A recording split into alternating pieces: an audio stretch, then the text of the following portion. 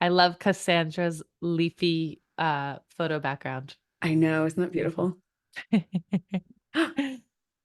I see two people I am related to. Yay! Relatives of Catherine, we love Amazing. Yeah. that. Close relatives. Very, very close relatives. Oh, Yes. it's great to see The you guys. the Hi, everyone. closest. The Yes. closest. Yes. The You could say closest. they've known me my entire life. So, I love that. Oh, well, I hope I get a minute Yay. to tell you what an amazing person your daughter is and how what a sunshine she is, but we could save that for the post call. Okay. Okay. Starting on a great sense of social connection. Thank you. Um, it's great to see everyone. I think we've got a few more folks who are going to be joining, so we'll give it another minute or two, and then kick off. Right? I was wondering if the last name in the Zoom would be a giveaway, and sure it is. Aw, that's so sweet. That's so nice. My parents came on some stops of my book tour, Hmm. and there were some where there was like one other person showed Yeah, up for the event, and it was sure. just always nice to know that there were two plants always, and they were good plants. That's right. Ask good questions, give enthusiastic Yeah. cheers. Yeah. Yeah. Cool. It's always the host role always makes me nervous that I'm going to be missing people that are calling in. Um, so I am going to keep my eyes open Cool. um, for more attendees. Yep, we just got another one. All right, good. The notifications are working at least. Um, perfect. All right. Well, we can go ahead and get started, and I'll just keep letting folks in if and as more arrive. But it is great to see you all, and thank you so much for being here. I am, for those of you who have not taken part in a salon before, or oops, sorry. Actually, give me another minute. There's still a couple people coming in, so I'll kick off once I've got all the attendees in here. And then I'll give the little intro spiel to what an Interintellect salon is, what you guys have signed up for, and what we can expect over the next hour or so. Yay.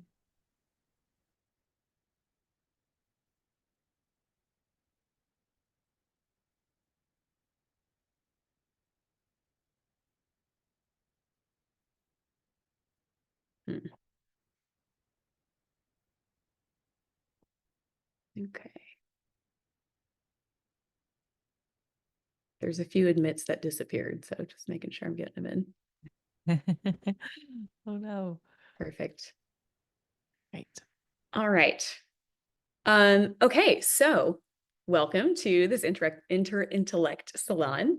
For those of you who have not participated in an online salon before or an II salon before, these are chances to have discussions. And so we really prioritize questions, thoughts, conversation around a certain topic. And we're really excited to have an author with us today who just published a fabulous new book that I'll be introducing in a moment.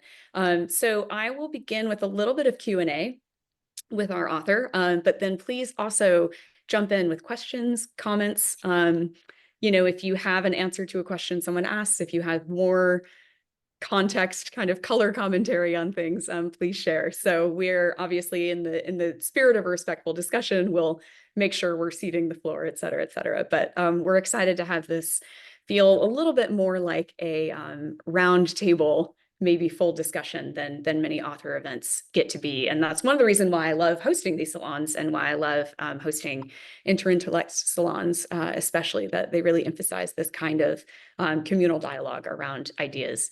In that spirit, you guys have your cameras on, so that's great. I was going to say cameras on are preferred. Your thoughts and your questions and engagement are very welcome. So if for any reason you need to be off camera or take a step away, that's completely fine. But Love seeing all your faces, so this is great. Similarly, please feel free to make use of the chat. People often will have an idea. If you're struck by an idea, if Jules or someone else is talking about something and you also have experience with that, or it makes you think of an article, an essay, a framework that you love, drop it in the chat. We treat the conversational salon as one level of dialogue, and then the kind of chat salon is another level. So, and we'll be able to save the chat afterward and share it with you if you're interested in seeing those notes. So feel free to make use of it. All right, so for those of you who don't know me, my name is Catherine Woodiwiss. I'm a journalist and a designer and a founder of the Social Healing Project. And the Social Healing Project brings together an interdisciplinary group of scientists, medical practitioners, therapists, designers, and artists and storytellers to co-create products and services for healing from major loss. And we call it social because it's built around this core insight that we cannot heal alone, which sounds incredibly obvious, but our social systems and our social dialogues do not support that. They're not set up to support that. So the products that we make are made socially, and they're also developed to increase connection and the quality of meaningful connection that we can find with each other. So I am really excited to be hosting this salon on social connection and healing and medicine. This salon is anchored around a fascinating new book called The Connection Cure, a deep dive into medicine and healing. The Prescriptive Power of Movement, Nature, Art, Service, and Belonging. And I know some of you have bought this book, which is wonderful. I think more of you probably will after this event. It is fascinating and really delightfully written. So joining us today is the author of The Connection Cure, Julia Hotz, or Jules. She's a longtime journalist and reporter on health and well-being, and her work has been published in the New York Times, Wired, Scientific American, Time, and more. So welcome, Julia, and we're really excited to share this time together. Thank you so much, Catherine. I'm such a fan of you, of this cause, and very excited to talk about all the many, many ways our work intersects and more. Cool. I'm curious, Julia, just to start off, to help us ground in your own interest and passion for this, what first brought you to research and report on social connection? Why is this important to you? Yeah, so there's sort of like the high level nerdy professional answer, and then there's like the personal answer. And I'll start with the high level nerdy professional answer. You know, Catherine and I actually know each other from our overlap through this organization, the Solutions Journalism Network, where we try to report and build a movement to help journalists report on solutions to widely felt problems. And in over the past 5 years, it's become really clear to me that a widely felt problem are related to our problems of disconnection. I actually first learned in 2018, it was in the UK, where they were the first nation to actually establish a minister of loneliness. And at the time, I was a graduate student who was really curious about like solutions to the public health epidemic, as it's been labeled, loneliness. And what was this minister going to do? Long story short, I ended up pretty much just doing solutions journalism. Like I interviewed a bunch of people who were lonely and asked them what they thought the minister should do. And a lot of it came down to investing in community spaces, third spaces, in activities, in support for people to actually make friends and develop connections. And long story short, I left academia and kind of just started like following that trail, but found that loneliness was really just the canary in the coal mine, like this crisis of disconnection, not only from one another, but from sources of meaning in our lives, sources of joy in our lives, disconnection from ourselves, even is at least partially responsible for the, epidemics of mental illness we're seeing and addiction and lifestyle disease. And it was through sort of like nerding out and following the data that I started learning about this practice called social prescribing, which the book is all about, which is through a practice through which health workers, doctors, therapists are literally prescribing non-medical community resources and activities the same way they'd prescribe pills. Um, so that was the professional. And then the personal, which the book kind of gets into, is like I was starting to feel the consequences of that disconnection myself. And, like it was just so shocking because I think we have a cultural picture of what loneliness is, and we think about it as someone who is alone. We typically think about it as someone who is older. We think about it as someone who is isolated. And those are certainly like true problems in our culture. But then there's also this like more qualitative loneliness of just being hungry for more meaningful connections with the people around us and the things we interact with every day. And I was starting to feel that in the throes of the pandemic and really Mm. ever since then. So that's the origin story. And I have questions around what you've learned personally from this, as well as I know the pandemic was a really kind of crisis moment for a lot of this work. I'm curious though. So one thing I loved about this book is you kind of do a little bit of a historical deep dive on this idea of social connection being a prescribed, like you said, almost like a medically or philosophically prescribed cure for not just loneliness, but things like addiction, ADHD, depression, anxiety, things like that. And you have this line that was just beautiful. Where you say in this context, sort of people realizing that most suffering began when people lost connection to what mattered to them. And you have a beautiful story of a man who loved playing guitar with his wife. And I'm forgetting the details, you can correct me, but loved making art and things. And when she passed away, he just stopped doing all of these things entirely. And I'm curious what you've learned, or if you can talk more about kind of this connection between suffering and losing connection to not Mhm. just people we love, but things that we love. Totally. Yeah, this is the first story in the book. It's totally fictitious, but it is about these really old ideas that go back to the Buddha, ideas that go back to the ancient Greek philosopher Hippocrates, the ancient Persian philosopher Rhazes, who all basically said that our environment really affects our health. And what do I mean by environment? Of course, like we need trees and we need shelter and we need food and we need water. But they also knew, even back then, that our social environment was really important.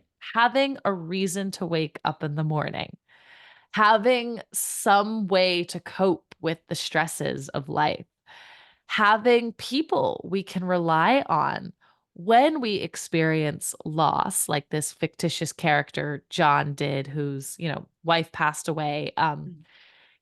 It's not just like a nice to have this stuff, social connection, a sense of purpose, ways to cope with stress.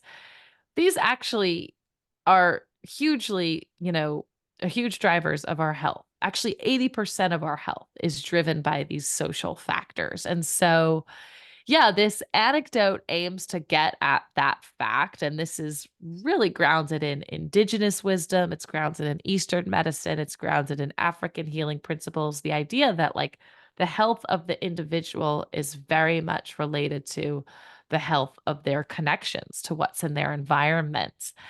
And even though social prescribing is a new term, it's a new practice, which this book explores, these ideas are very old and they're codified in almost every single culture, every single religion, every single part of the globe sort of converged on this idea that, as the Social Healing Project also says, we can't go through life alone. We need other people and we need outlets in our community.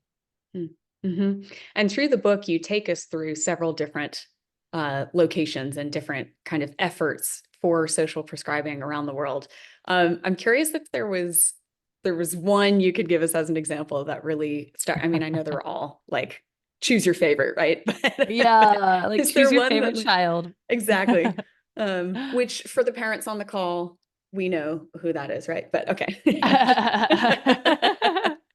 Yeah, but is there one that you could share that kind of illuminated this idea of like how this has played out in different Sure. cultures and yeah. Sure. Yeah, I mean, I think people hear social prescribing and they immediately think about like socialization, right? They think about making Mm, friends and that's certainly a part of it, but I think social prescribing goes beyond that. It's also about like feeling like really purposeful in our environments and having what, the great Ellen Langer, the mother of mindfulness, um, referred to as being extremely present. I also think that we hear social prescriptions and we think, okay, that's good for loneliness and maybe that's good for, stress and some more things we think of as psychological ailments. But I'll tell you one social prescription I love, which is actually being used for people who are struggling with dementia. mm, Now, dementia, the word literally comes from being out of one's mind.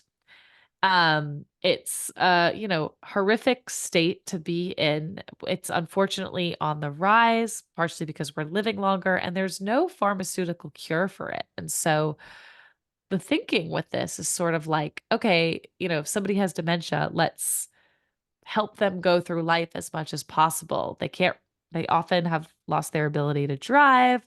Sometimes they're like repeating themselves, many times a day. Like we think of this as being very physical, but it also takes a huge psychological toll. Imagine you've had your memories and your cognitive faculties all your life, and then slowly you're starting to feel them slip away.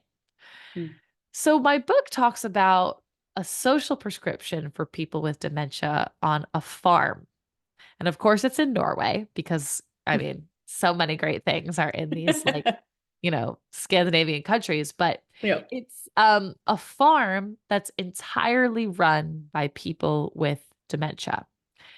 Mm, And the people who run the farm said, imagine how isolating it is for someone to be just sort of outcast from society. All the things they used to love and do are no longer accessible to them. And, you know, and like there's a lot of research that says having a sense of purpose is really, really important for our health. Ellen Langer, I mentioned her before, she has this study that shows literally just taking care of a house plant. They did a study in a nursing home and showed that those who were responsible for taking care of a house plant, fewer of them died. They took less pain medication. Their quality of life was better. This dementia farm sort of like blows that up and says, let's not focus on what's gone wrong. The tagline of social prescribing is let's shift from focusing on what's the matter with you and focus on what matters to you.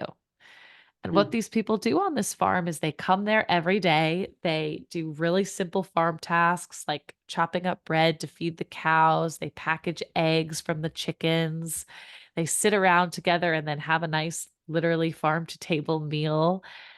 And what people told me on that farm is, I could go my whole day and not remember what I did that day, but in those moments, I'm so present. I'm not aware of the fact that I have dementia.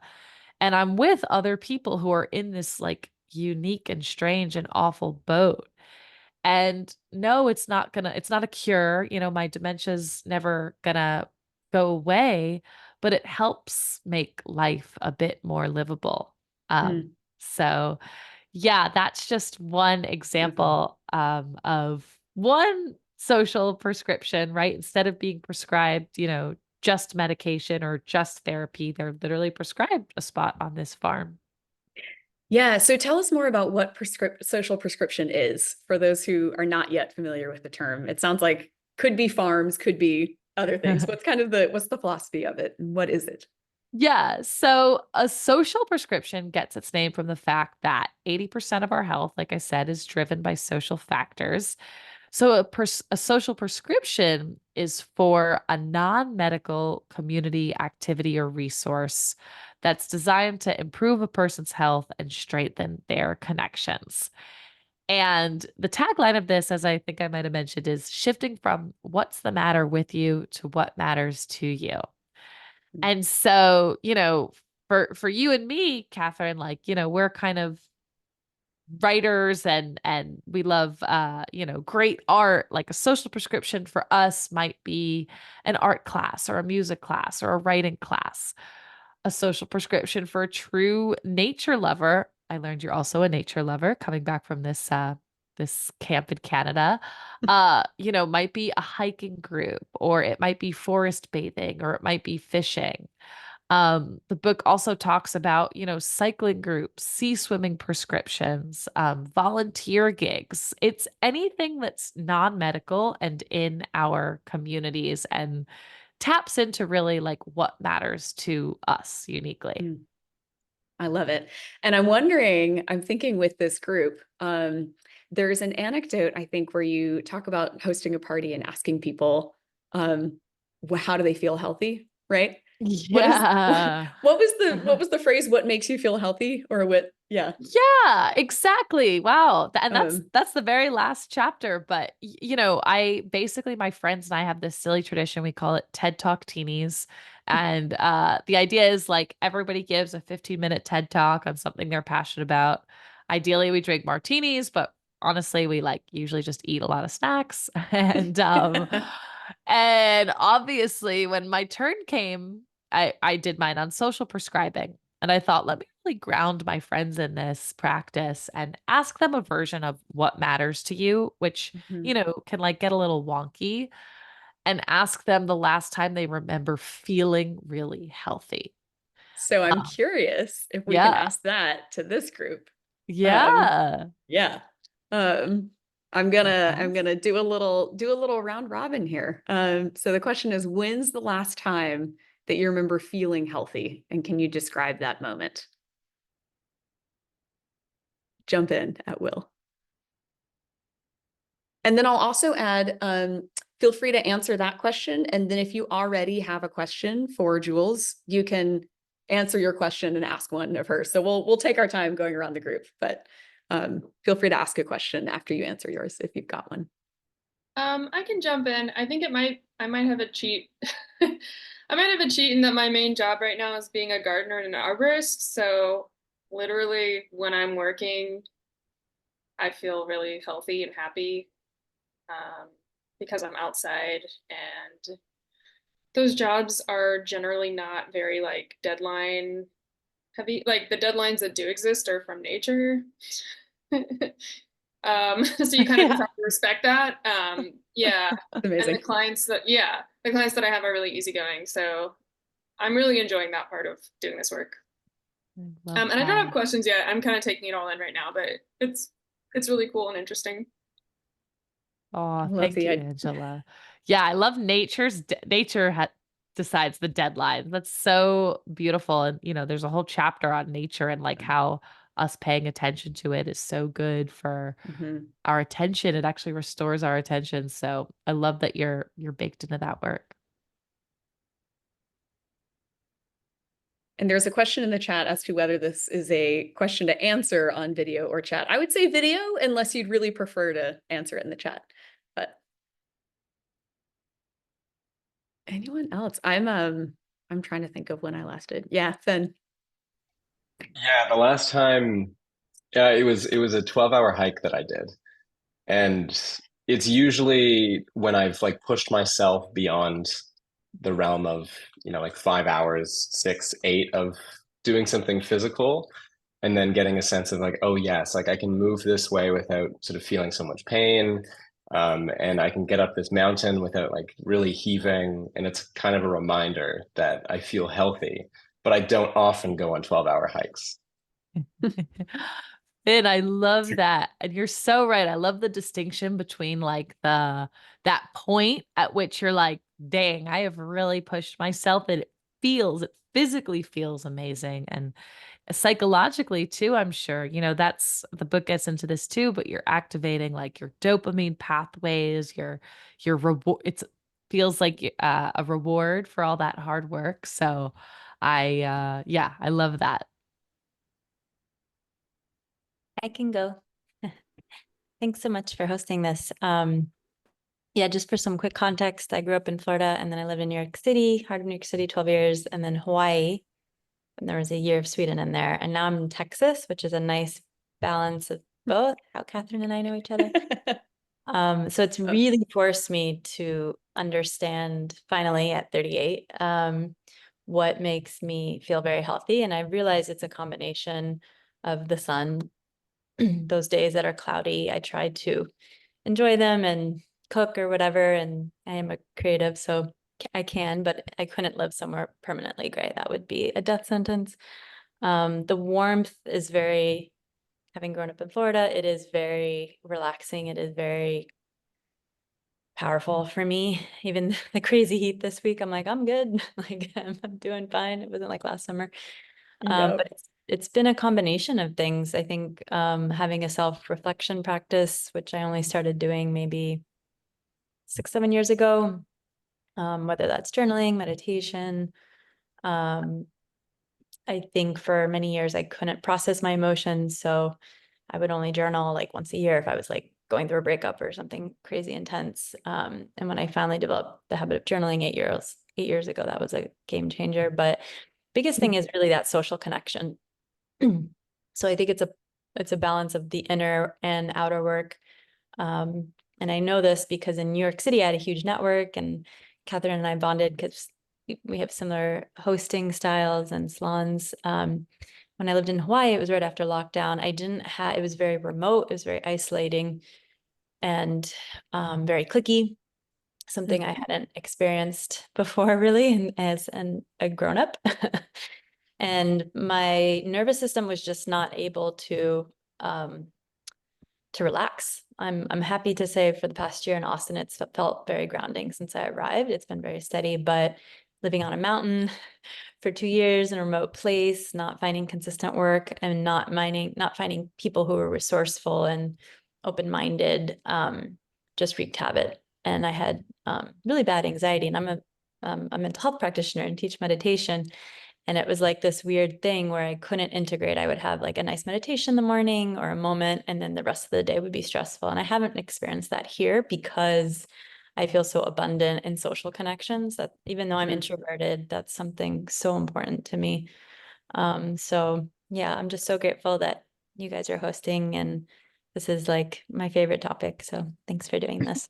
It's beautiful, Cassandra. Thank you. Love all those combinations. And yeah, it sounds like you are so reflective on what matters to you and what makes you feel healthy, and you've built your life around that. So that's beautiful. I think we had a hand raise from the Woodiwiss corner here. Did you? Yep. It's kind of almost to the exact opposite from Cassandra, who likes sun and warmth and that kind of sociality. For me, the most healthiest experience I've had recently was being in the wind and fog and cold and damp of Ireland and standing on the coast and was it Murphy? Not Skellig Murphy. What was Skellig Michael. But anyway, this ruins, 1,000-year-old ruins behind me. It was a kind of health that just felt like it went right through my soul. I mean, it was a moment of existential purity, and I try to carry it with me even today. Love that. Okay. So, Catherine, I was going to share it too. Okay. Go ahead. Yeah, Okay. please. I'm picking up, well, I was going to share this, and Finn, you shared something similar. For me, it's walking. And I recently made a couple of walking pilgrimages, and I hope that there are others ahead. And I think it was interesting to experience that and realize I had always really loved to walk. From early on, I was the uncool high school kid that would walk to school for about 3 or 4 miles, not, drive a car and hang out in the parking lot. And so it was interesting to be able to do that at this stage in life in such a sustained way and feel like that was deeply meaningful. And I think you also hinted at this, Finn, once you walked in a sustained way, there are hints of that every time you take a walk. So now I can walk maybe 3/4 of a mile or less than a mile to my office. But every time I'm walking, I'm connecting it in my mind in some way to those longer pilgrimage walks. So I think once you've had that experience, you go back to it, even in the more compact or discrete experiences that you have that are related to it. Ooh, I want to respond to everyone because these are all so good. I was gonna say, jump in. Yeah, we can take our time. Well, it's so great. We're getting at such different, kinds of different but same, right?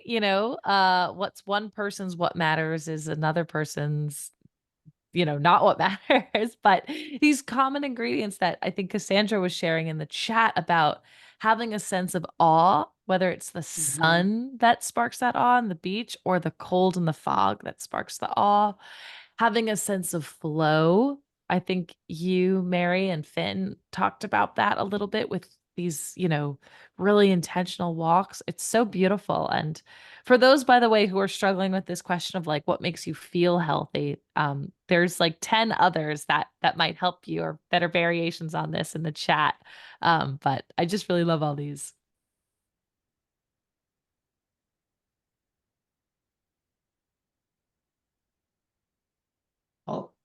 I'll shoot one. It comes to mind. Yeah, it's an interesting definition of healthy, and I like it. Mine doesn't necessarily, I think, like physical health, but I had an experience a couple weeks ago where I work from home and I was like, I just need to get out of the house. Like, went and worked at a coffee shop, and had this experience of like being in a public place and running into someone that I knew. And it was just a very random connection of like, oh, I'm here, and I met somebody. And then we went and got lunch together. And then I like talked to a stranger for a little bit. And it was this sense of like being a part of a place. Like, oh, I live in a really big city, but I'm meeting someone in the wild at a place. And it was just the most like I don't know, satisfying, or it was a wonderful moment for me that throughout the rest of the day, I was like, wow, this is great. Like, I love living here. I love being here. I feel really great about being a part of something. And that was just a really great experience. I've got a question for you, Colby. Was that an experience of, so you were feeling part of something bigger? Did you feel like you felt like you knew more people, and so it was like this, like you have those experiences where you're like, wow, I know everyone, this is amazing? Or was it sort of like, did you have that experience like you can have in nature sometimes where you feel so small, and it's just sort of maybe the awe thing again, where it's like, this city is thriving and I'm just this little being, you know what I mean? Like how? Yeah. I think more of the first. In this case, it was more of a sense of like, oh, this is just like personal quest in some ways, was like, oh, I'm trying to make myself go do things to meet people. And then now that is paying off because I'm running into someone that I met somewhere else in a random place that wasn't planned in any way, shape, or form. And it was like, oh, I have taken proactive effort in my life to do something, and I'm seeing that pay off in this other area that was not planned and not expected. And it made a big city feel small, and that was just really, really cool. Sometimes it feels like you're playing a video game and you're like, oh yeah, like I've been this way before, like high five, get the little coins, like, yeah. Yep. I was thinking about this because I was like, it's not really fair to ask this question and then not share my own, but honestly, I think it's laughter. Not that there's many ways that I can feel healthy, but I think anytime someone just makes me bust out laughing, and it can be a dear friend, it can be somebody I just met, but that sense of like, just like I'm laughing so hard that I'm crying or I'm snorting, or I don't care what it's just like full belly laugh. It just feels good in your body, and like everything about you feels lighter. Or yeah, I should speak about me. Everything about me feels lighter when this happens for me. But I think it's also like a nice temp check on my own kind of like spiritual well-being, to be like, okay, regardless of what life otherwise is, I can still find humor, and somebody can still like tickle me in the right way, and like, okay, like the human is still humaning at a base level. So I think that's almost like a signal of health for me, that laughter is possible. Oh, I love that. So beautifully said. Like There's so few. I mean, we live in the information age. We know everything, and Yeah. increasingly we have so many tools to know ourselves. But I love how you've described laughter as like a little reminder that the universe can surprise us, can delight us, there is room for us to think about things differently in a funny way. But I think that speaks volumes to, what else, if we can laugh at ourselves, we can laugh at something, it shows that actually, like, we are capable of understanding something, including our own suffering, in a new way. So I love that. Yeah, that's great. Add mine too. I feel like I'm finding a lot of similarities. One that is last time I felt really healthy. I was feeling a sense of I was going through a program that was kind of asking me to write about like subconscious layers, and I had been like journaling my dreams and such. And all that's to say that I was going for a run with my dog, and just knew that the new experience that the puppy is just old enough to start running, and then in the distance, like I saw and then approached like a coyote. I've been seeing like a little coyote that's happening around town, and on this it was like kind of a narrow trail, not many places to get off. So this coyote, my dog, and I were running for like a solid 10 minutes, and in that time, I stopped like making meaning out of things and just felt like this deep sense of satisfied like connection. Like there was like a thin veil between myself and my like subconscious that I could like just appreciate and not try to. It's like my brain stopped having to work so hard, and I felt connected to the moment, and felt very Hmm. healthy. And running too feels great. Felt great to run, so it's a very nice time. Beautiful. That's health on health on health right there. You're moving, you're in nature, you've got an animal, like that is just the most beautiful expression of what we can do. And I love your description of how it sounds like it made you feel really present.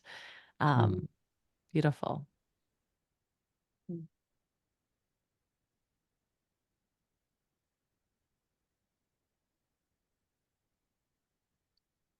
Who else? One.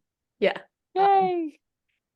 Like a little micro moment the other day where I was at a coffee shop and I was meeting a friend to help her with something that it was a presentation, and it was similar to something someone else had helped me with the week before. So it had like this pay it forward energy.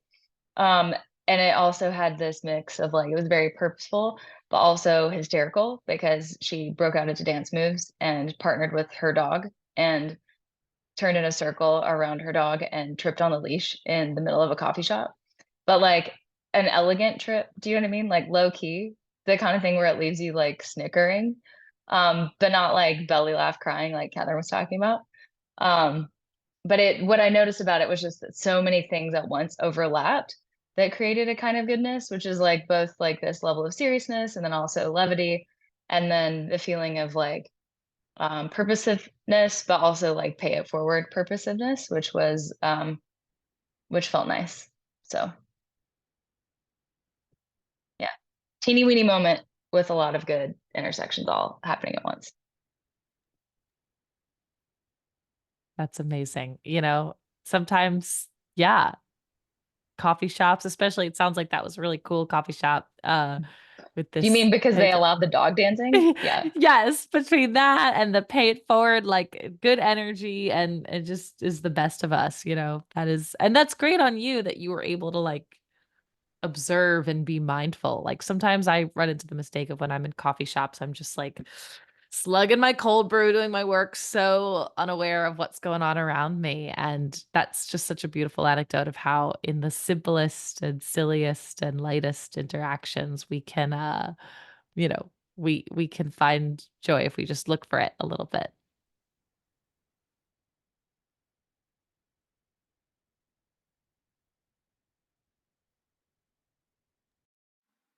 I guess I'll go next.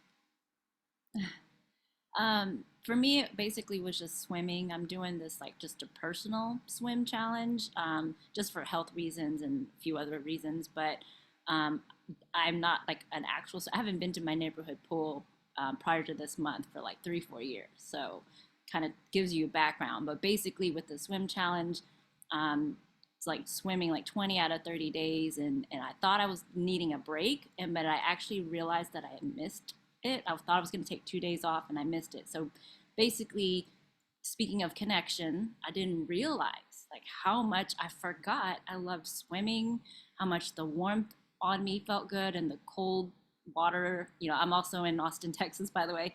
But in all of that, like I just didn't realize how meditative it was to do like the each, stroke and laps and back and forth.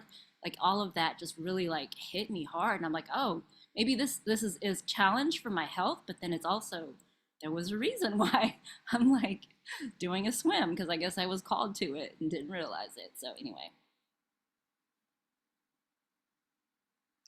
So beautiful. I love what you said there, Lami. I mentioned in the chat, there's a chapter in the book all about sea swimming and its like unique health benefits. But something you said that I really picked up on is that you'd forgotten how much you loved it.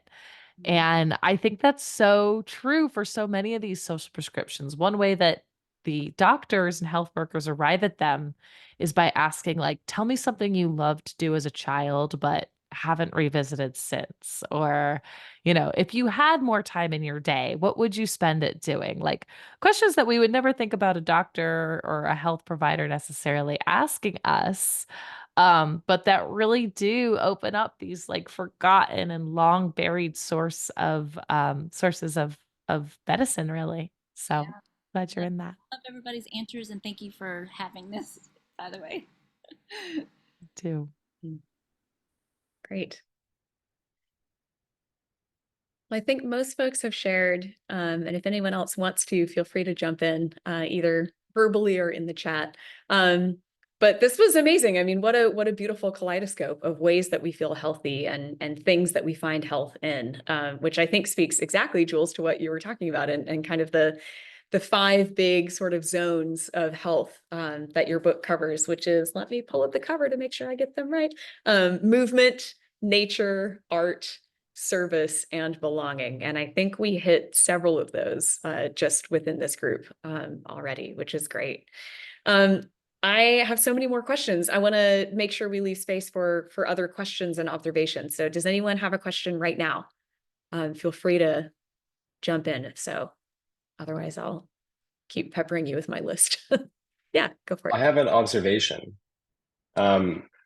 It was a connection that I wanted to draw between the social prescription made in Norway for those with dementia finding this usefulness in working on a farm, and drawing that connection to a statistic that I saw in a neuroscience class, and that we were reviewing the reasons why patients who do undergo MAID, so medical assistance in dying, why do they choose to? And the top reason was to relieve their stress and pressure on their family, because their family being the ones that are sort of bearing kind of the brunt of the work in taking care of this person who feels less kind of use and sense of agency in maintaining their own well-being. And it kind of points to this aspect of like uselessness in society of being able to sort of take care of themselves being the most significant contributor as to why they would want to undergo MAID, which would be kind of, an expedited process in dying. So I wanted to draw that connection because that's very interesting.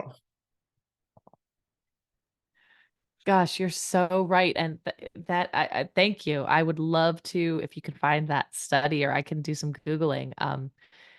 You're so right. And one thing I didn't share about that social prescription, the dementia prescription, it's also in a chapter about chronic pain, which is another condition I think that people have to rely a lot on caregivers to just simply get by. And what people talked about as a knock-on benefit of this social prescription is both the psychological relief, as you're saying, of like not wanting to be a burden maybe for their family or their caregivers, but also genuinely the relief that that caregiver has in having sometimes, that could be a full-time job sometimes. So they really do help with those practical constraints. But I love how you've touched on the psychological constraints of not feeling useful, not feeling able anymore. And the way that, these social prescriptions, especially that one, like, yeah, you might not in some environments, you might be seen as totally useless. You can't drive a car, you can't remember what you've said, but on that farm, you're farming, you're helpful, and you're seeing other people who have the same condition as you do the same. And, I think there's some knock-on effects there too of the way that when we're in an environment where we feel useful, we see other people being useful. It's like this, just wonderful, contagious thing. Um, so thank you for sharing that. That's a great connection. Jules, that I would like to share something briefly that I was thinking about when you were talking about the farm. I've just recently, very recently, become involved as a once a week, 1 hour a week volunteer with a program at our local Y, and it's called Rock Steady Boxing, and it is for people with Parkinson's disease. And I didn't know much about Parkinson's disease before volunteering. I go to a class right before that and heard that they need volunteers, but it's been so gratifying. It's a group of probably 15 adults, most of them older adults, as you would imagine. And they actually put on their workout clothes and they wear boxing gloves and they hit free bags and they hit, dummies, and they have boxing routines and other kind of mobility and memory and vocalization routines that help them not to slip back in the effects of Parkinson's disease. And I think I'm seeing play out so many of the things that you described about connection with others, about a safe space where it's okay that you have Parkinson's, you're surrounded by people with Parkinson's. It's become supportive for their loved ones to know others who are living with people with this, who are affected by Parkinson's. And so it's just been a lovely experience to interact with these people on a weekly basis and see this community forming, but also they're not play acting. They really are doing athletic things for their well-being. So I just wanted to share that anecdote. It's a beautiful anecdote. I'm glad you did, Mary. There's so many social prescriptions happening there. There's the service that, that you're giving and they're giving each other. There's the art, there's the movement. And yeah, I had to cut this from the book, but there is a choir in Ireland that it's called Parkinson's Songs. And it's for people with Parkinson's, but as you mentioned, like the movement is also really, really key, right? And being able to exercise some of those muscles. So they integrate dance into it as well. And one thing I'll never forget from that is there was this man named Mike who I was told about Mike, he can't speak anymore. Like he's lost his ability to speak. His tremor's really strong. But when I observed him in the Parkinson's Songs choir, he was able to sing.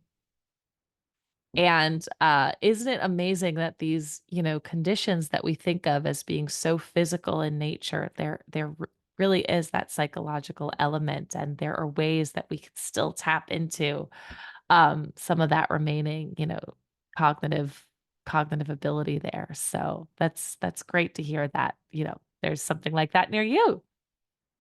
I love that so much. And I just, oh, amazing. Angela. Yeah, I was going to say, as you guys think of more examples, feel free to share. I just did a quick Google and nothing came up for Parkinson's Songs, but there were other choirs in Ireland that are around this as well. So I'm excited to, Julia, I don't know if you have that handy, but it's fine if not.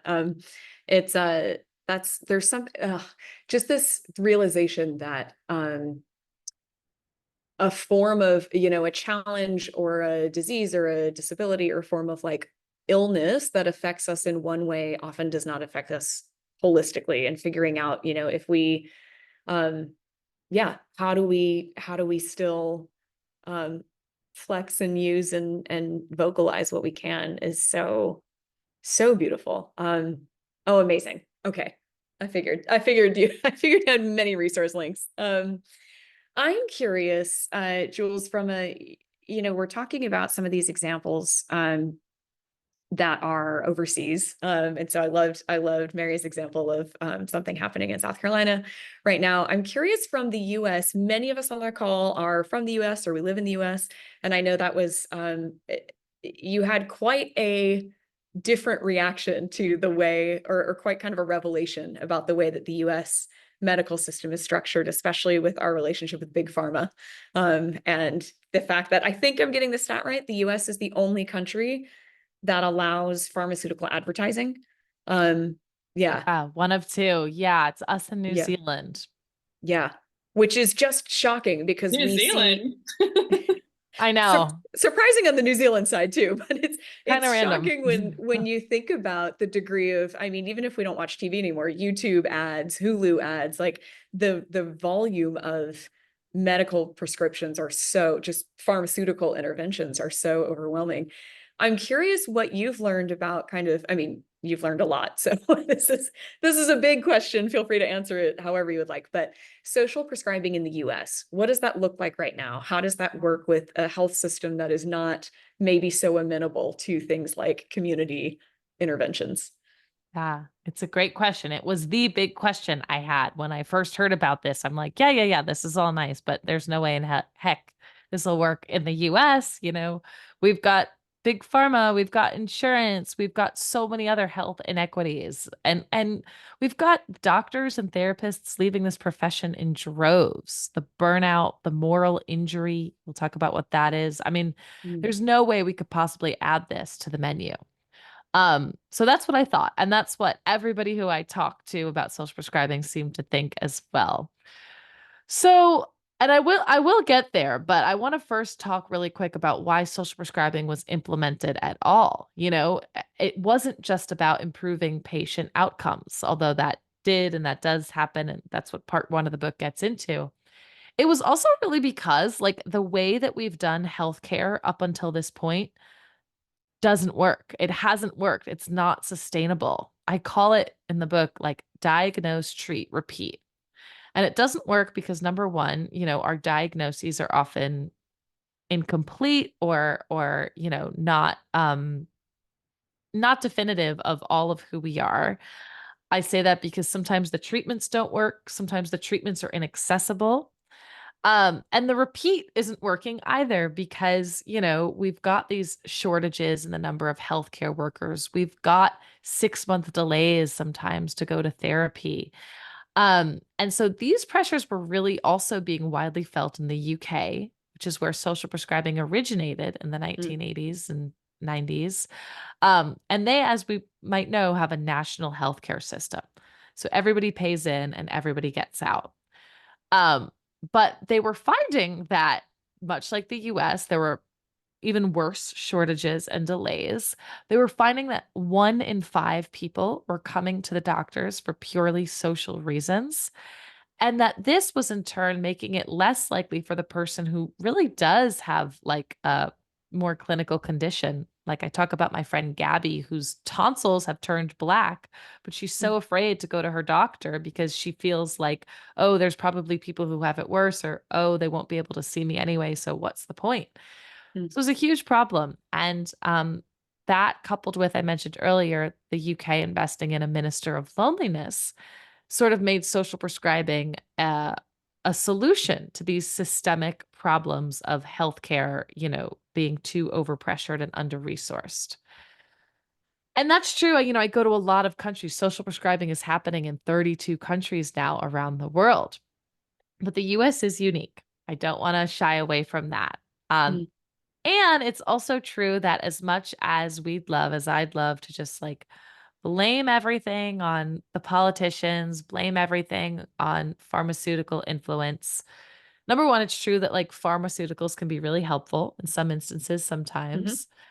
And number two, like it's also on us. We are a part of this in the US, this quick fix culture. And I'm proof. Like this is my, third podcast today, and I have I had right before this like a jug of cold brew right next to me, and I know the solution is for me to like be sleeping more and, doing less, but I'm reliant on some of like these quick fixes too. But here's what's hopeful about the US is that there are people who are, even though the system is not set up for it, trying to integrate prescribing movement, nature, art, service, and belonging into their practice. There's a lot of individual doctors doing that. There are also a lot of individual doctors prescribing some of the more like material social determinants of health, such as cash and food. Um, Mm. and they're doing these things, one, to improve their patient outcomes, but also to reduce pressure on healthcare. In some instances where this, one version of social prescribing has been implemented, it brought down the 5-year hospitalization rate by 40%, nearly Mm. 40%, 38%. Oh. And beyond just that, health workers feel really good about doing this. There was an amazing arts prescription pilot in Massachusetts put on by an organization, a government organization called the Mass Cultural Council. And it involved health providers literally prescribing concerts and art classes and glassmaking classes. And not only did the patients love it, in the report, you have people saying, this is the best doctor's appointment I've had in 75 years. But you also have like doctors who really love prescribing it too. They see the joy that happens. They see the connections that can happen. And it's why more and more states are actually starting to invest in these social prescriptions. New Jersey, for example, just partnered with Horizon Blue Cross Blue Shield, a big insurer, to offer arts prescriptions as part of their, as something that insurance covers. So that's a lot of blabbing, but long story short, there's a lot to be hopeful for in the United States. And there's an organization called Social Prescribing USA that's a coalition of doctors and therapists and health workers and researchers that are trying to make this mainstream in our healthcare by 2035. Amazing. And that is, I have more thoughts and questions on that, but I want to get to Cassandra's question. So Cassandra, you're up next. That's sweet of you. Thank you. Yeah, my question, I'm just so grateful to have this opportunity to talk about it with you guys. So I've been thinking a lot about, I grew up mostly in America, but other countries I really feel like America doesn't understand this more Eastern, perhaps, concept of being of service, right? I think we confuse being of service as the same thing as servitude, two very different. Being of service, being a servant, very different. Or it's like work, work, work. And then if you have time, charity, or if you have resources, charity. And this concept of being of service is like not an American value or understanding. And Jules, in your research, I'm just curious if like, if there's a way we can, because you're so good at communicating these things, like as a meditation teacher, I'm talking about it more energetically, but I feel like you're providing the journalism and the science behind exactly what I'm saying. And I try to always ground it in the neuroscience when it comes to techniques, but these bigger sort of cultural things, I think this has been so helpful. But yeah, is there, one, I guess a simple way that I've talked about it is understanding like where in your life could you maybe be better at receiving, and where could you be a little bit more better at giving versus that sort of taking energy. And I really learned that quickly living in Hawaii. It's like they hate tourists. It's all take, take, take, right? There's not as much giving back. And Hawaiians are very service minded. So that was the rude awakening and the gift of living there, of many, even though it was a hard 2 years. But yeah, just, I guess, I don't even know what my specific question is, but just if there is some sort of way to help inform and sort of encourage people. And I think the 4 tenets of your book are like both, right? It's this giving and receiving, art, nature, it does all those things. So I love just even mentioning those 4 things moving forward would be helpful. But yeah, curious if anything's come up there about values, service, being of service, that sort of thing. Yeah. Well, I love that. And you're so right that this is a like weird, uniquely American thing. And um yeah, absolutely. And there's even a whole chapter like on service, like being prescribed service, being prescribed an opportunity to serve. And the dementia farm is in that chapter, although we could talk about, you know, if we're all using service to mean the same thing. But I, you know, in my book looks at the research on like how we evolved to be able to serve others. There's some really interesting research that like our last names were very much a product of the unique service we provided to the community. And but even taking like jobs aside, you know, it was so as Catherine often says, like we didn't we can't survive alone. Like we evolved to survive in groups. And part of that like unwritten social contract for being part of a group is that you serve and you get served in return. And so I think you'll really like in chapter 4 where we talk about that research, and also this story of this woman who had been struggling with chronic pain, chronic back pain. Again, something that we tend to think of as purely physical, but is actually often driven by biopsychosocial factors. And she's so angry. She's so angry at herself for getting angry at her caregivers. She's so disappointed that she can't go to work anymore. She loves her work. And the solution for her ends up being a service prescription to volunteer for this children's charity without taxing her back from her home. She takes phone calls of mothers who are in, you know, severe distress and want like have questions about their sick child. And it ends up being the most powerful medicine for her.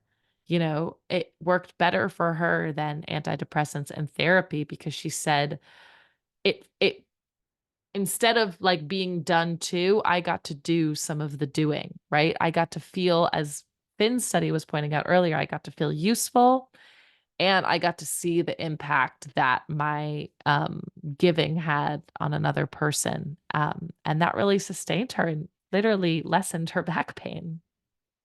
So I think you'll like that chapter.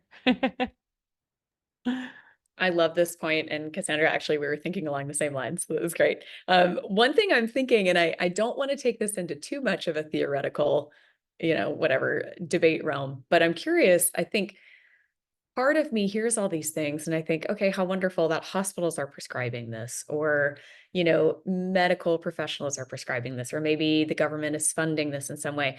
And another part of me thinks, why does it, like, how does it get that far? Why doesn't this happen earlier? You know, where are the community ties, the community engagement, the relational networks that can do this? And I think my first thought, and I'd love to hear your thoughts, Jules, because my first thought is, well, that would be happening if that existed. And maybe we're at a place in the US where we are so kind of, our social fabric is so isolated now that it kind of, that is kind of the last intervention point. But I'm curious because, you know, I think about things like, you know, there's mention of the YMCA earlier. That was a big kind of cultural thing now. And now it's sort of like, maybe it's my gym if I have one, but it's not a community thing.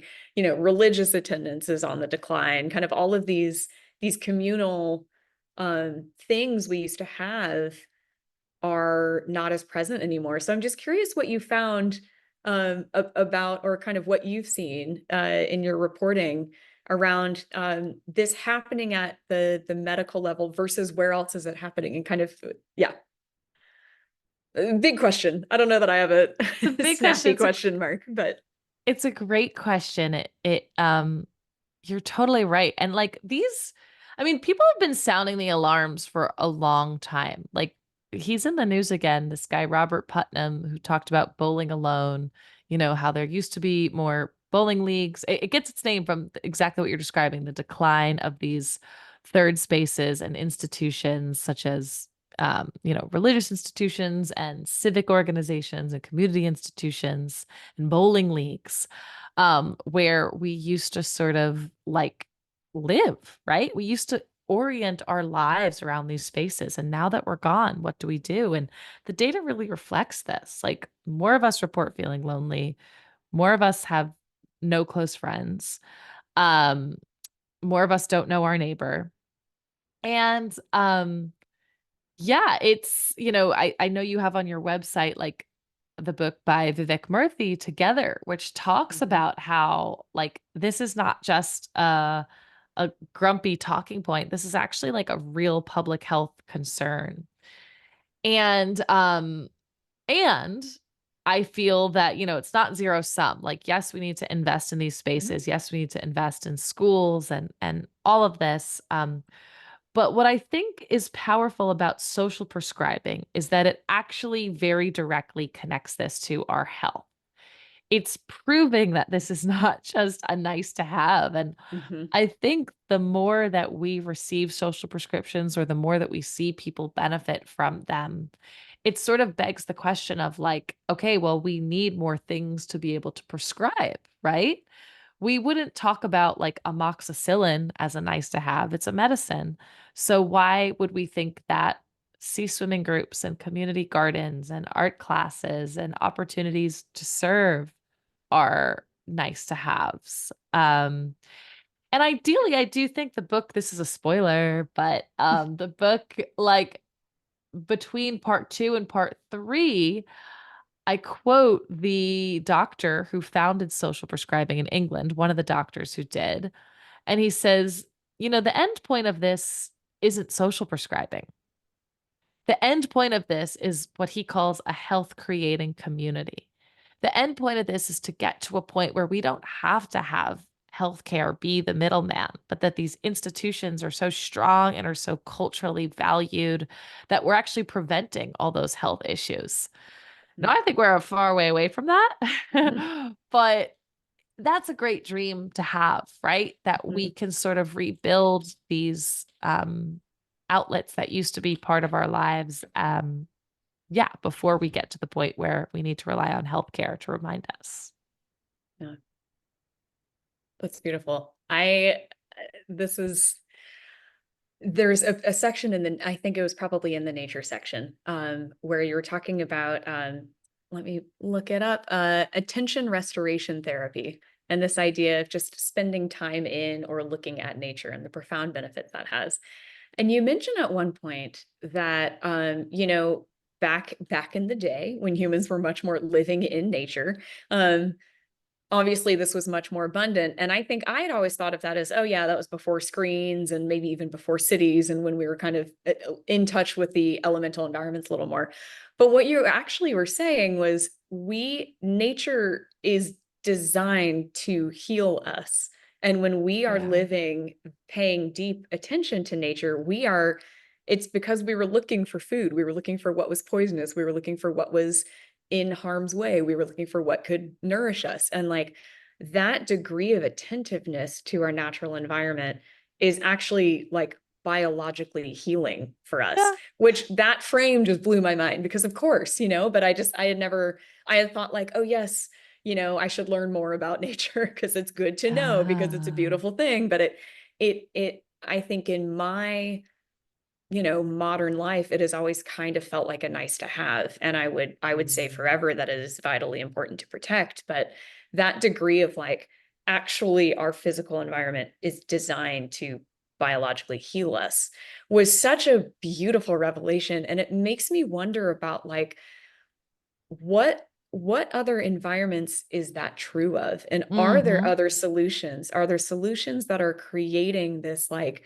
two-way exchange where actually us interacting with it is healing for us as well? And I would say human relationship is another one of those things where we we invest in a relationship and that may heal someone else and it can heal us, kind of that mutuality, social the socialness of healing, the relationality of healing. But I'm curious if you came across any, or maybe this is sort of my own designer brain going into like imagination mode. Like, can we think of something? But like, what other examples are there, if any, where the entire like environment actually heals us simply by being around it? Yeah, that's a great question. And you're right to mention the attention restoration theory. It really made me think of what Angela was saying earlier in the first example about like how this work just feels so good. It feels so natural. It feels like it's ruled by nature, you know, this thing that we evolved to live with. And just one quick thing I'll add there is, you know, like as you mentioned, we evolved to be able to do those things. And the attention restoration theory says that there are so many things in modern life that tax our attention, but nature is the one thing that can restore our attention because of the soft fascination it gives us. Mm. And soft fascination is this idea that because of the, it's like all circular, but because of this evolutionary principle, like it takes our brains no cognitive effort to be around it. And we actually walk away from it feeling more restored, better at focusing, better at concentrating. It's why people have started to prescribe nature to kids with ADHD to great effect. But I'll just say to your question about like what other environments, and this is related to that. Um, there's a whole chapter about art, the power of art. Hmm.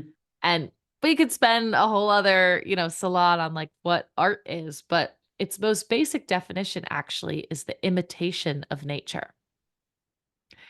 So if you go back to like ancient Greek, right? Like the definition of art was the good imitation of nature. And to me, that tells me that just as like nature sort of resets us and calms us and restores our attention, art can similarly take us out of our own heads and our own suffering and our, you know, real world problems by the way that it immerses us in this whole other world and can sort of like remind us of our problems and remind us of our joys.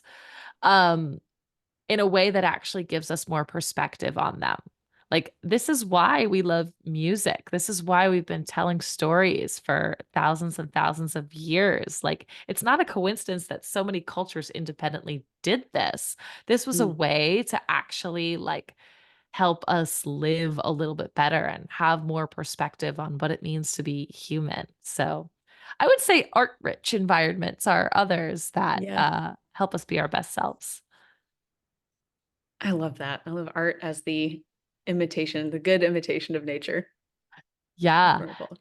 To Logan's question in the chat, I would encourage, I mean, I talk about this a lot in the book, and I'm referencing the work of the psychologists Stephen and Rachel Kaplan.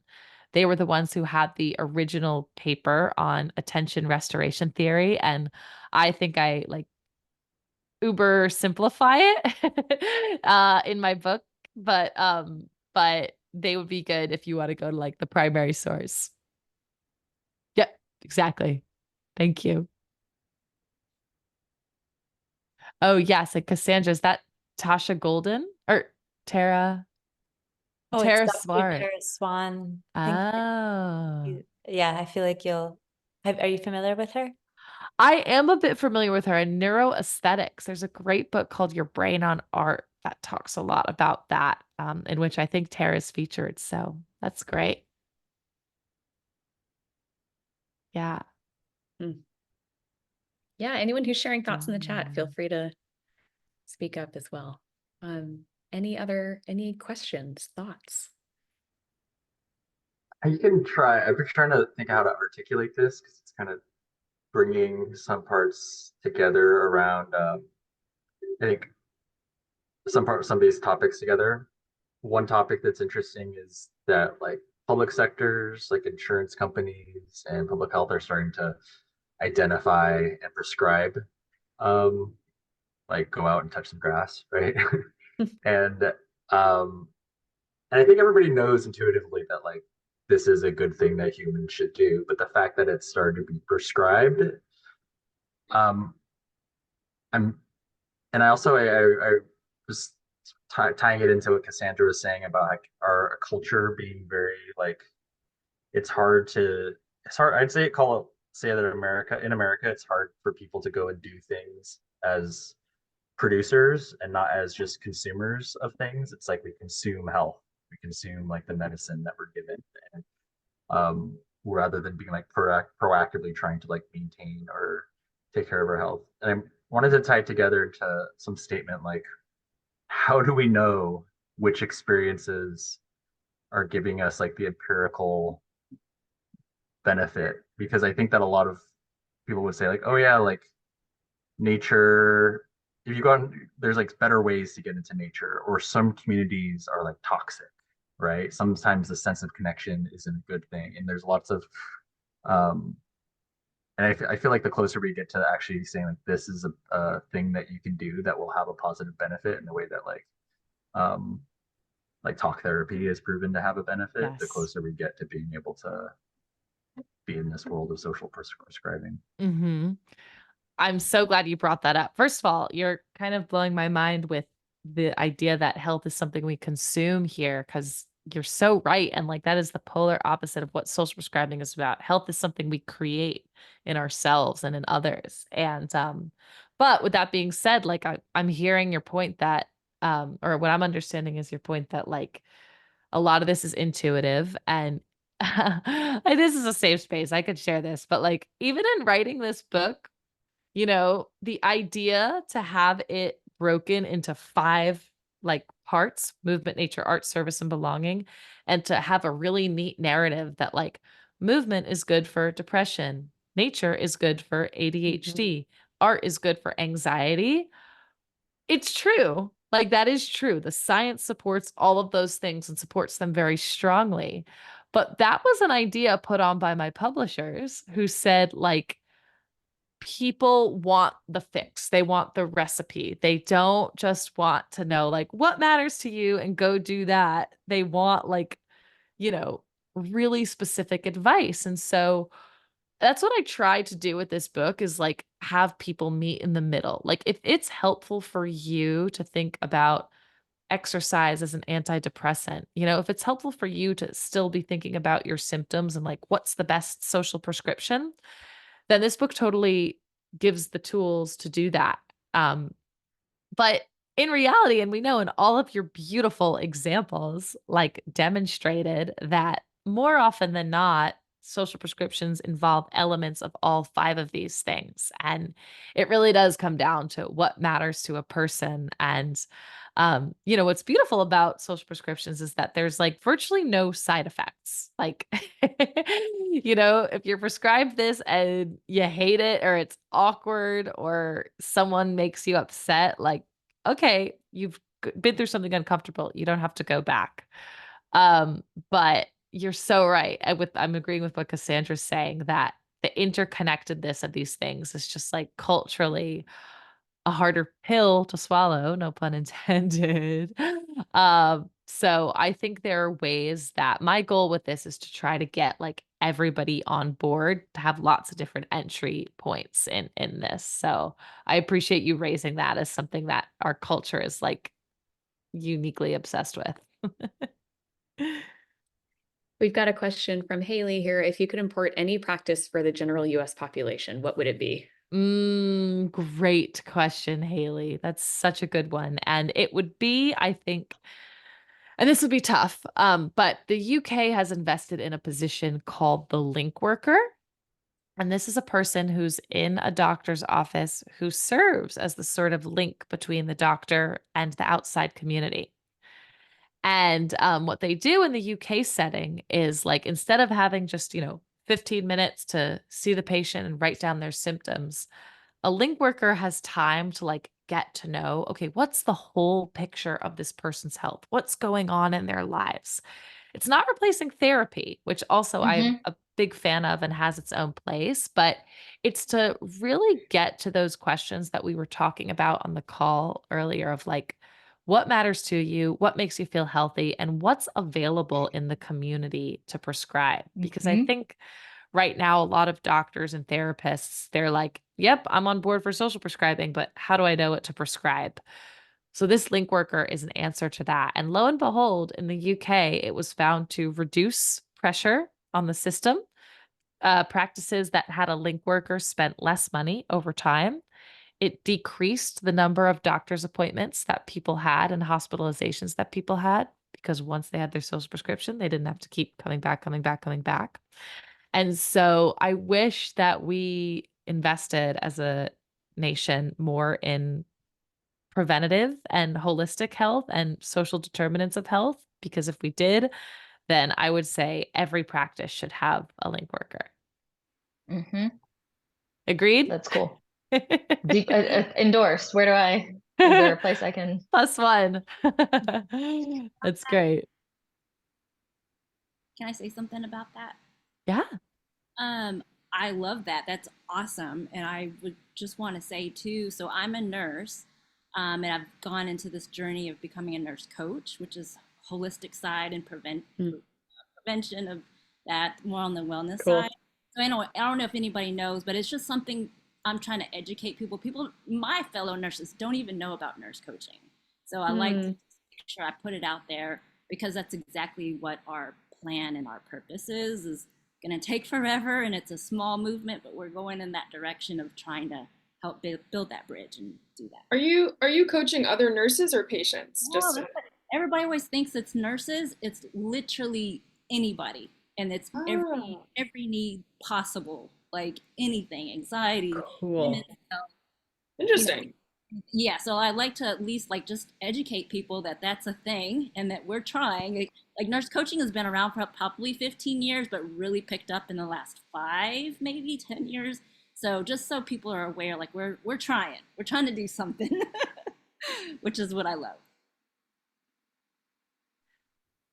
Sorry. Yes. Amen to that. That is so great, Lovely. I'm so glad you shared that. And there needs to be like that. That's another one that should go mainstream, you know? And I think when I say link worker, like I would say any like profession that serves that role, you know, there are coaches, there are social workers, there are of course the book talks about this. There's a really rich history of community health that, you know, it does exist in the United States, but is not everywhere.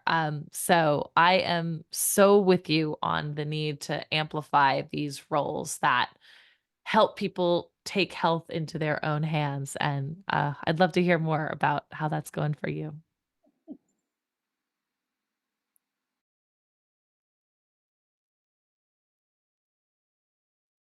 We've got a few more minutes. Other thoughts? These are great. I just want to also, oh, go ahead. So I keep thinking about this idea of service and like servitude.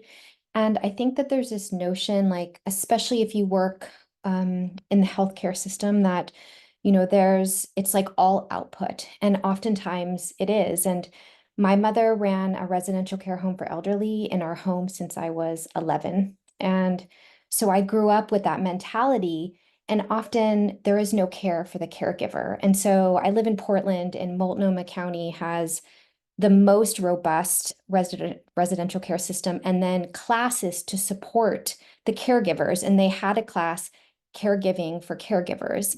And so I think that that also needs to be discussed, that you can fill your cup too, so that you can fill that for other people, and you deserve that as well. And that it can be a reciprocal relationship with, you know, the people you serve, and that you can feel that you're not just depleted, and that there's a system for you as well in place.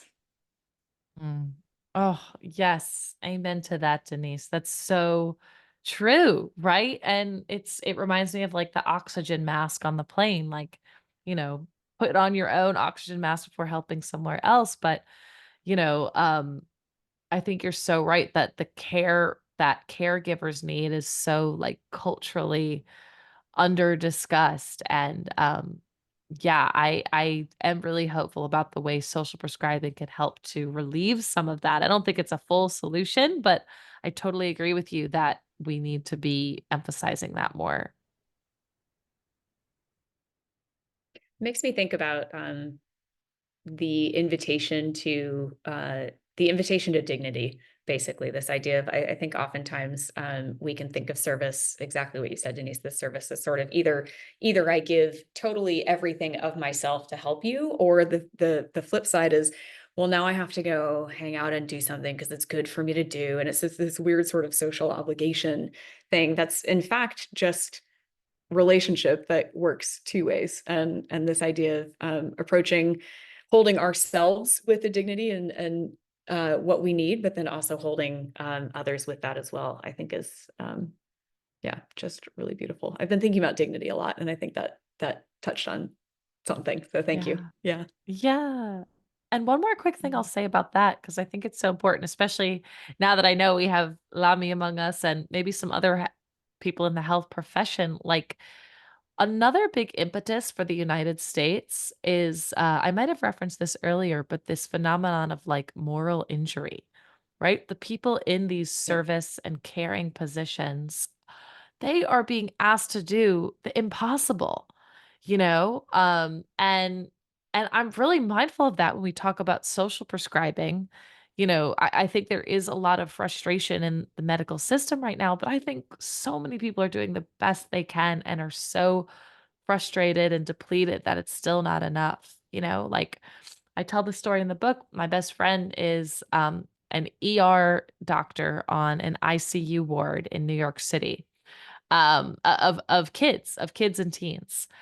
And she talks about dealing with this teen who was having suicidal ideation and really wanted to get her into therapy, right? But the wait time was 6 months to find a therapist.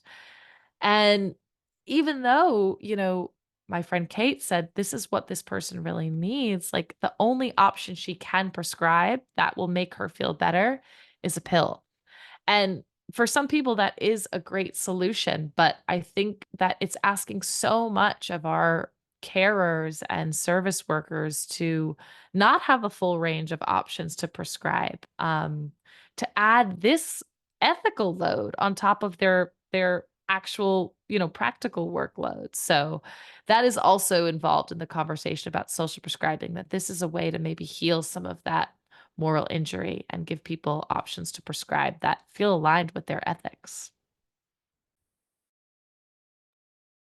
I have another question. Jules, in your research, something I think about a lot is, like, I love technology for many reasons. However, one thing I worry about as a meditation teacher is I love Zoom and all of these things, but I don't think it can it, of course, can't completely replace in-person connections. And I'm so glad that therapy is becoming more available with all of the new platforms and stuff like that. However, I personally, like, online therapy is like plan Z, like during lockdown, but now it's like I'm actively looking for an in-person because it like provides this reparenting in the flesh that, you know, it serves a purpose that I need and helps me regulate more. And I think that's a big part of the loneliness epidemic is everyone's working from home. We're just not physically around people we feel heart-to-heart connections to as much. So I was just wondering if there's any research on, yeah, like how we need to not, so I worked in tech and it was all about growing and scaling and exiting companies. And it was so frustrating because that's, again, a short-term strategy. It's not long-term, it's not sustainable. But seeing it as a tool, not the end all be all. And yeah, how do we, there's so many campaigns that could come out of this conversation, but just if people were aware of, you know, especially coaches that are like, once they hit a certain level and they're earning a certain amount, they don't even do in person anymore. It's like they're too expensive. Or, and it's like I've made that promise to myself, like, you know, Esther Perel, someone I deeply admire. It's like once I get to a certain level, I'm not going to be like, no more in person. Like it's just Right. that's the true service. Right. You have your bandwidth, of course, but yeah, this is just something I see it's happening and it doesn't seem to be stopping. And it's yeah, curious if you Yeah. cross anything along those lines. It's a great point. And oh, I wish we had like another 90 minutes to go into this, because that's a whole other can of worms, like the in-person versus virtual. But I think you're so right to, you know, I think a couple of things are true. I think it is important that, like, for some people, like one character in the book, he's 92 years old, he doesn't have a car, in person's not an option for him. So he actually gets a social prescription over the phone, and it's lovely. Um, but I think for most of us, you know, there has been this sort of, like, to your point, maybe sometimes, not always, like properly intentioned desire to sometimes replace what would have been in-person connection for somebody who could do in-person connection with these, virtual substitutes. And I think there is maybe a time and place for some of them, but it would be great if there were a way to, again, for people who have the ability to like enjoy that kind of connection, to invest as much in that as we're investing in like the growth and expansion of virtual. So much more to say there, but I'm so glad you're I leaving love us this. with this great question. Yeah. And thank you all so, so much for joining. This hour and a half flew by, and I also wish we had more time with you, Jules, but thank you so much for your time. Another plug for Jules's book, The Connection Cure. If you have not purchased it or read it, I really do strongly recommend. I think it will be a really enlightening and just beautifully moving read. So Jules, how do we follow your work if we want to stay up on what you're up to? Where do we find you? Thank you so much. I cannot believe this was an hour and a half. Y'all are so brilliant. Oops, I misspelled my own name. But if people want to stay in touch, I'm Hotz Thoughts on like all the socials, hotzthoughts.com. If people want to get involved in the social prescribing movement, I'd go to socialprescribing.co, where there's a lot of country and, issue area and medicine type specific resources. So yes, thank you so much. I learned so much from all of you, and I'd be so grateful if you could buy the book. If you go to my website, there's a link to buy it on Bookshop, which supports like small bookstores. There's pretty much every option you can, but I do hope you read it and enjoy it, and let me know. Like, let's stay in touch and keep the combo going. All right. Thank you, Jules. And thanks everyone for being here. Have a great rest of your night. And I hope your evenings involve movement or nature or art or belonging in some way. Thank you so much. Take Bye, care, everyone. everyone. Bye. Thank you.